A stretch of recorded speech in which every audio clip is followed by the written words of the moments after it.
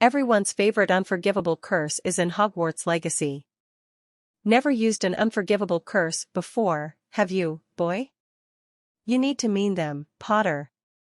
You need to really want to cause pain, to enjoy it. Righteous anger won't hurt me for long. I'll show you how it is done, shall I?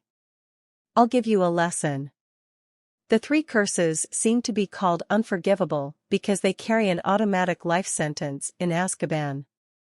The name may also allude to the concept of unforgivable sin, also known as eternal sin or unpardonable sin, in some Christian faiths, an act that makes salvation impossible, which would be understandable given their spell effects, particularly the Killing and Cruciatus curses. Avada Kedavra is a curse that needs a powerful bit of magic behind it. You could all get your wands out and point them at me and say the words, and I doubt I'd get so much as a nosebleed. Barty Crouch Jr., disguised as Alastair Moody, to a defense against the dark arts class. Since the unforgivable curses are very powerful, their use requires both great willpower and great skill in order to bring about the effects. For example, Harry Potter was unable to effectively cast the Cruciatus curse on Bellatrix Lestrange in 1996. Despite being furious with her for her murder of his godfather, he lacked the desire to cause pain for its own sake.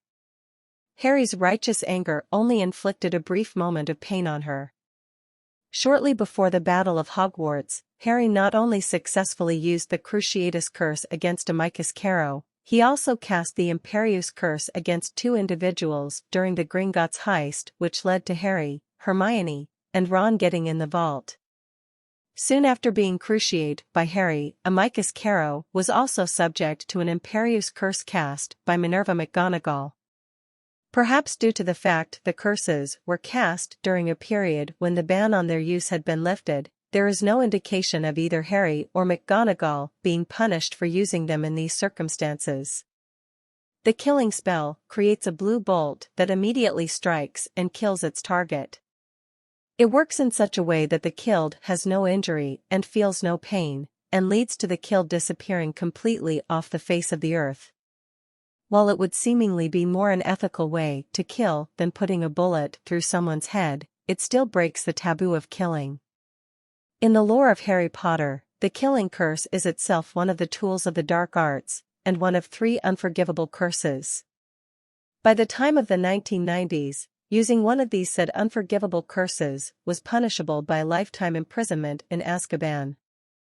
Of course, the interesting thing about that is, Hogwarts Legacy itself is set in the 1800s, over 100 years before the events of Harry Potter.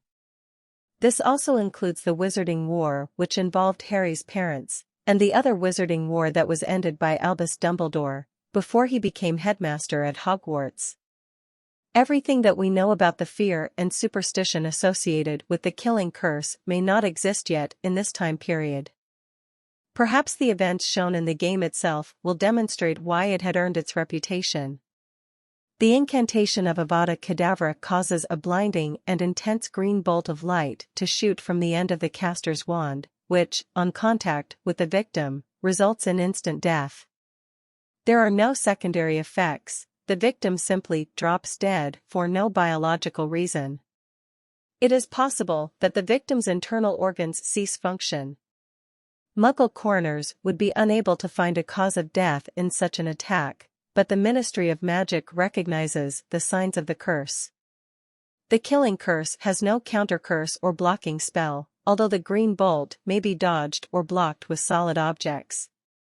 For instance, Albus Dumbledore once transfigured a statue from the Fountain of Magical Brethren to shield Harry Potter from Voldemort's killing curse during the Battle of the Department of Mysteries. If the curse misses the victim and strikes an inanimate object instead, a small explosion at the point of impact results, which may start a fire of green flame.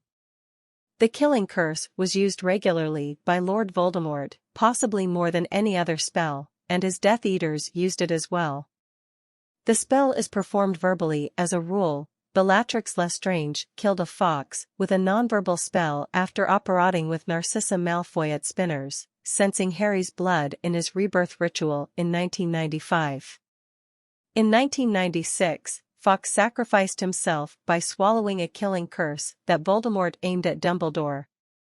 Phoenixes respond to the killing curse the same way as they would to any other means of death. They are consumed by fire, and are reborn from the ashes.